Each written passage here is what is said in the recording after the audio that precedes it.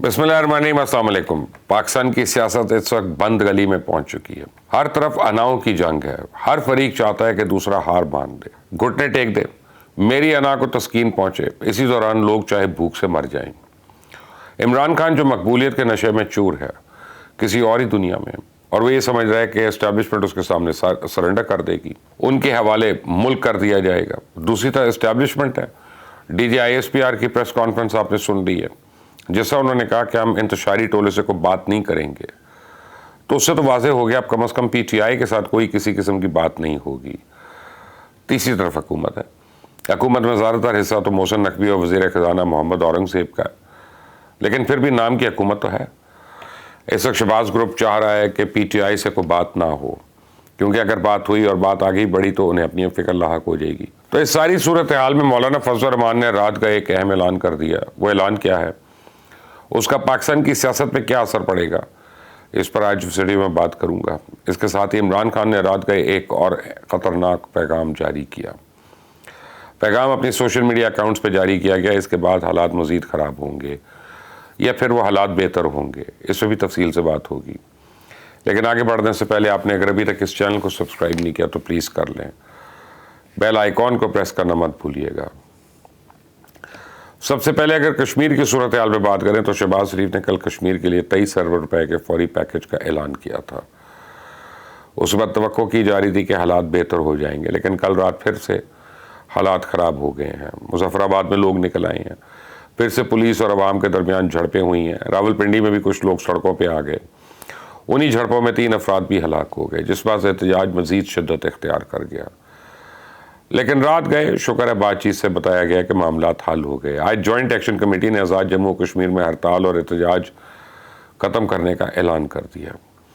Committee کے مطابق ان کے 3 مطالبات پورے ہو چکے ہیں، جن میں بجلی کی قیمت، گندم کی سبسڈی اور اشرافیہ کے لیے مراد ختم کرنا شامل ہے۔ لیکن اس ساری صورتحال سے ہمیں یہ ضرور سیکھنا چاہیے کہ اس معاملے کو کیوں کیا گیا۔ یہ معاملہ ہفتے 2 ہفتے سے نہیں بلکہ لمبے عرصے سے چل رہا ہے۔ حکومت کو چاہیے تھا کہ پہلے ہی ان کے ساتھ بیٹھ کے معاملہ حل کیا جاتا، تو آج جو جانیں گئی ہیں وہ تو نہ جاتی۔ اگر حکومت یہ احتجاج شروع ہوتے ہی مظاہرین سے مذاکرات شروع کرتی، کسی دباؤ کا شکار نہ ہوتی اور معاملے کو آسانی خوش اسلوبی سے حل کر لیا جاتا، تو حکومت شروع سے ہی مذاکرات میں غیر سنجیدہ تھی۔ جو مذاکراتی ٹیم تھی یا کمیٹی تھی، اس کے پاس اختیارات ہی نہیں تھے، تو اس وجہ سے یہ معاملہ طول اختیار کرتا گیا۔ اور حکومت کو یہ بات سمجھنا ہوگی کہ آپ کبھی بھی طاقت کے زور پہ احتجاج نہیں رکوا سکتے۔ کبھی بھی پولیس کی طرف سے لاٹھی چارج یا پھر آنسو گیس یا پھر شیلنگ یا پھر اسٹریٹ فائر جو ہے وہ مسائل کا حل نہیں ہوتا۔ اس سے لوگوں میں حکومت کے لیے نفرت بڑھتی ہے، ان میں اشتعال بڑھتا ہے، اس کا ایک رد عمل آتا ہے اور رد عمل شدید آتا ہے۔ امید ہے کہ حکومت مستقبل میں ان معاملات میں سوچ سمجھ کے قدم اٹھائے گی۔ تو پاکستان کی سیاست میں بات کریں تو عمران خان نے رات کا ایک پیغام جاری کیا۔ یہ پیغام ان کے ٹویٹر اور دوسرے سوشل میڈیا اکاؤنٹس پہ جاری کیا گیا۔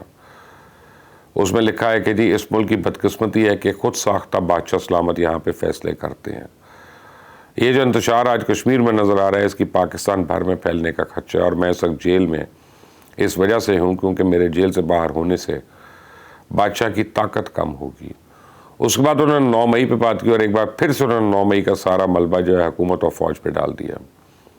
وہ کہتے ہیں مجھے اسی وجہ سے 9 مئی کو گرفتار کر لیا گیا تھا کہ لوگوں کو اشتعال دلایا جا سکے۔ پھر انہوں نے آرمی چیف کے بارے میں کہا کہ D G I S P R اور چیف آف آرمی اسٹاف جو ہے وہ دھمکی آمیز سیاسی بیانات داغ رہے ہیں، فوج کو سیاست میں ملوث کر رہے ہیں، جس سے فوج کی ساکھ متاثر ہو رہی ہے۔ جب سیاسی بیانات اور پریس کانفرنسز کی جائیں گی تو سیاسی جماعت ان کا جواب دینے کا حق رکھتی ہے۔ پھر انہوں نے ایسا مطالبہ کیا جو شاید پاکستان کی حالیہ تاریخ میں نہیں کیا گیا۔ وہ کہتے ہیں کہ 9 مئی کی صبح میرا ہائی کورٹ سے غیر قانونی اغوا لنڈن پلان کا حصہ تھا، جس پہ جنرل عاصم منیر مجھ سے معافی مانگے۔ اب سوال یہ ہے کہ پاکستان کے آرمی چیف کے بارے میں اس طرح کی زبان استعمال کرنا ٹھیک ہے یا پھر بغیر ثبوت کے صرف الزام تراشی کرنا ٹھیک ہے؟ وہ لنڈن پلان جس کا تذکرہ عمران خان پچھلے 1 سال سے کر رہے ہیں، کیا اس کے کوئی ثبوت ہے؟ یا پھر بشرا بی بی نے کوئی موکل لنڈن بھیجے تھے جنہوں نے اس پلان کے بارے میں انہیں بتایا؟ تو عمران خان جو اپنے اوپر ہونے والے قاتلانہ حملے کا الزام دوسروں پہ لگاتے ہیں، کیا ان کے پاس کوئی ثبوت ہے؟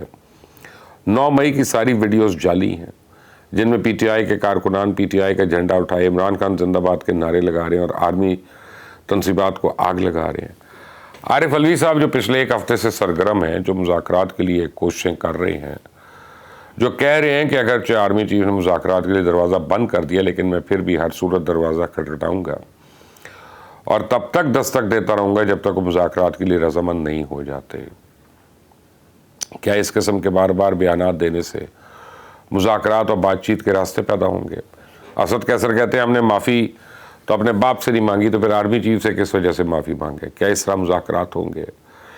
ایک طرف کہنا ہے کہ ہم تو سیاستدانوں سے بات ہی نہیں کریں گے، اگر بات کریں گے تو صرف آرمی چیف سے کریں گے یا پھر DGI سے، اور دوسری طرف سوشل میڈیا پہ فوج کے خلاف مہم چلانا۔ کیا اس طرح مذاکرات ہو جائیں گے؟ پارلیمان کا مذاق اڑانا، اسمبلیوں کا مذاق اڑانا، چھوٹے چھوٹے چیئرمین پبلک اکاؤنٹس کمیٹی جیسے عہدوں کے لیے آپس میں لڑنا اور پھر کہنا کہ ملک کی بھاگ دوڑ ہمارے ہاتھ میں دے دیں، ہم ملک سنبھالیں گے، ہم استحکام لائیں گے۔ کیا اس طرح استحکام آ جائے گا؟ اطلاعات یہ ہیں کہ رات ایک بار پھر سے پی ٹی آئی کی کور کمیٹی میں شدید لڑائی ہوئی ہے۔ اسد قیصر چاہتے ہیں کہ شیر افضل مروت کو واپس لینا چاہیے جبکہ شبلی فراز اس کے خلاف ہیں۔ شبلی فراز نے اسد قیصر کو کہہ دیا کہ پارٹی پالیسی اور امور پہ بولنے والے آپ کون ہوتے ہیں؟ آپ کی پارٹی میں آئے چند سال ہوئے ہیں، 1995 سے عمران خان کا ساتھی ہوں۔ اس پر اسد قیصر اجلاس چھوڑ کر ہی چلے گئے۔ تو اس طرح کے رویے کے بعد کیسے ملک چل پائے گا؟ پی ٹی آئی کو اور عمران خان کو اپنے رویے پر نظر ثانی کی شدید ضرورت کرنی پڑے گی، ورنہ آج ہم جس بند گلی میں پھنس چکے ہیں وہیں پہ رہ سکتے ہیں ہمیشہ کے لیے۔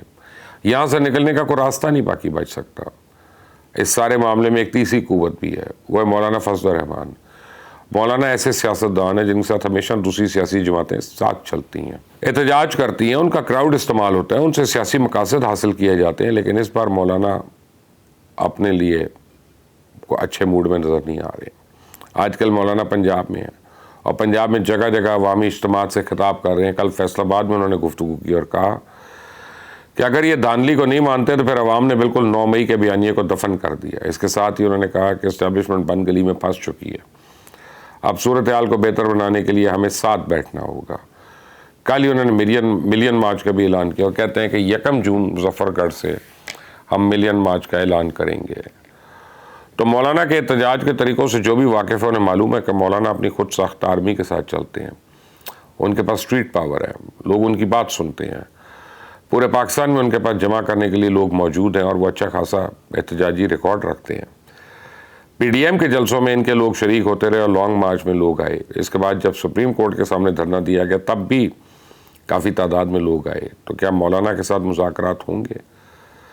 مولانا نے اگر احتجاج شروع کر دیا تو پھر وہ کہاں جا کر روکے گا، یا پھر مولانا سارے فریقین کو ساتھ بٹھا پائیں گے؟ ان سب سوالوں کے جواب تو بہت جلد ملیں گے، لیکن ابھی وقت ہے سب کو ساتھ بٹھانے کا، کیونکہ اگر ابھی بھی نہ ساتھ بیٹھے تو پچھتاوے کے علاوہ کچھ ہاتھ نہیں لگے گا۔